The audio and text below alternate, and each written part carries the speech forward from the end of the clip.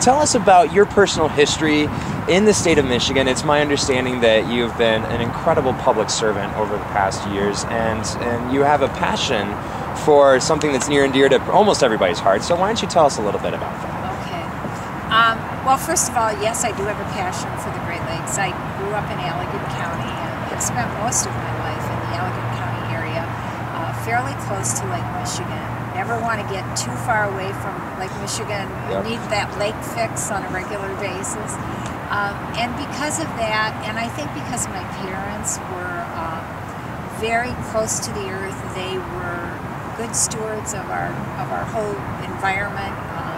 We grew all our own food, with the exception of the food that we got from my uncle and my grandparents' farm. Fantastic. We were recyclers. My father was one of the first recyclers, I do believe, in the world. And because of that, I've always had a strong passion for natural resources and obviously for our Great Lakes and the role that our Great Lakes plays in the ecosystem that we are so blessed to be able to live with and here in Michigan. So that kind of started me out. I was on a township board for several years, the Saugatuck Township Board, served as a park and rec commissioner and helped develop Saugatuck Dunes State Park, our best state park, I think, in the Michigan State Park collection. Fantastic. Great state park right along Lake Michigan, over 500 acres of totally undeveloped dune land, basically in the position that it was when our first Native Americans stepped out of the birch bark canoes. It's a great place.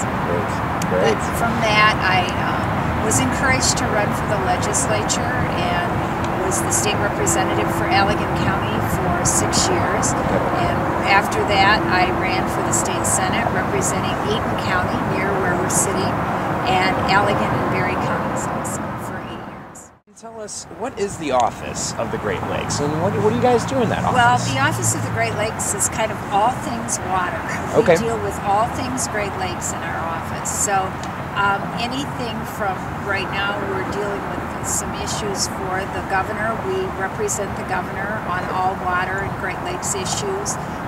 We speak for him unless he makes a speech or a presentation himself, which is a very good job to have, but it also comes with a lot of responsibilities. We have to make sure we research issues carefully.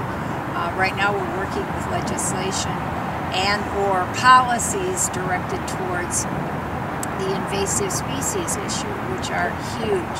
The Asian carp obviously is the first one to spring to mind, but there are over 180 invasives in our Great Lakes waters. And we cannot forget about those other invasives, and we have to continue to work on them to guard to keep any more from entering and make sure that we contain and hopefully eventually eradicate those that are already here. Another aspect of your career, something that you've worked on, is water withdrawal laws. And you touched on it earlier in this interview. Can you go into a little bit more specifically as to what those laws are and how they impact the Great Lakes and what we are here in Michigan? Well, the water withdrawal laws in Michigan, and actually with the compact, require that you not take out any more than you return. It's called return flow. Now, whether that comes in a flow by returning it through clean sewer water, because we do clean our wastewater and it does get returned to the basin, or for the instance, farmers are very good, for the most part, are very good stewards of the environment. And people forget when farmers irrigate that a large part of that water gets returned right back to the earth. Yep. So that's another area where we have to watch, the water that we take out and the water that we return. And it has to be a balance, and that's one of the difficult things, and sometimes challenging to measure, but it's very important for the health of the ecosystem. We look at stream depth. If the stream gets too shallow that the healthy fish populations can't survive, then we have what we call an adverse resource impact. If the fish are dying because the stream is not deep enough, that's an adverse impact, and we're not returning enough water to that area. So meaning one resource that's being depleted is adversely affecting another resource. Okay.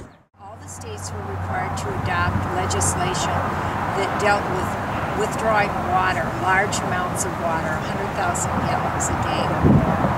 And we did the Great Lakes water withdrawal law, the first water withdrawal law in the Great Lakes based in a science-based tool.